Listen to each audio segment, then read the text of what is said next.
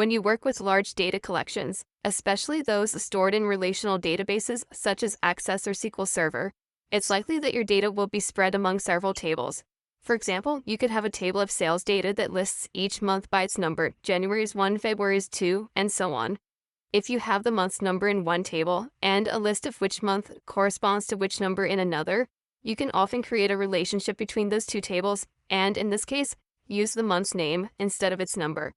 As an example, let's take a look at the data model within this Power Pivot file. So to do that, I'll click the Power Pivot tab on the ribbon and click the Power Pivot window button to display Power Pivot. When I do, the Power Pivot for Excel window opens, and I have two different tables in this data model. I have months and I have data. Let's take a look at the months table first. In this case, I have 12 rows, and those are the month names in English with the corresponding month ID number. January is 1, February is 2, and so on. In this table, the month ID field contains a unique value in each row, and it distinguishes that row from all other rows in the table. That means that it can be called a key field because you can use it to identify a single row within the data collection. Now let's take a look at the same data over in the data table. In this table, we have the order month field, and as you can see, not every row contains a unique value. Some orders are from January, which is month 1, others from February, month 2, and so on. However, we do know from the way that the calendar is composed that the values in the order month field will always be the numbers 1 through 12, and that means we can create a correspondence or a relationship between the column order month in this table and the column month ID in the other table. In other words, we can create a relationship. To do that, on the Design tab in the Power Pivot window, we click the Create Relationship button. Then in the Create Relationship dialog box, we can select the table and the columns to identify the two fields that contain the same data. So in this case, the data table contains the order month field, and then the related lookup table is in the months table, and the related lookup column is the month ID. So again, just dropping this down a little bit so we can see the numbers in the order month column.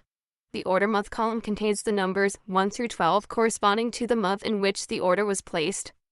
In the months table, the month ID field contains the numbers 1 through 12, and those correspond to the months January, February, March, and so on. So with this relationship defined, we can click Create, and Power Pivot creates a relationship between those two tables.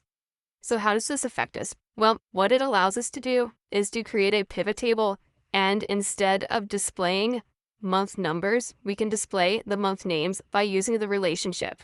So to do that, we click the Home tab on the ribbon and then click the Pivot Table button. That puts us back into Excel, and we can create the pivot table on a new worksheet and click OK. So now we have a new worksheet with a pivot table, and I'll just create a very simple pivot table based on this data. I will have the store ID in the row labels area, and then the order month below it. And yes, this will show a number. I'm going to change that in a bit. I just wanted you to see what it would look like before we use the related table. So we have store ID, order month, and then I can put total in the values area. So now let's see what happens when I use the month name field from the months table. So I will remove order month from the row labels area, and now I will click the expand button next to the months table and then drag month name to below store ID on the row labels area. When I do, the month names appear in the pivot table, but they're sorted into alphabetical order.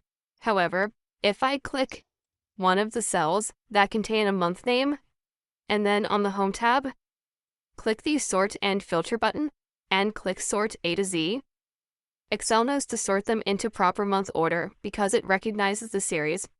Creating a relationship between two tables lets you expand the types of data you can include in your pivot table. In this example, we used the relationship between the data and months tables to change a month's number to its name, which made the summary easier to understand.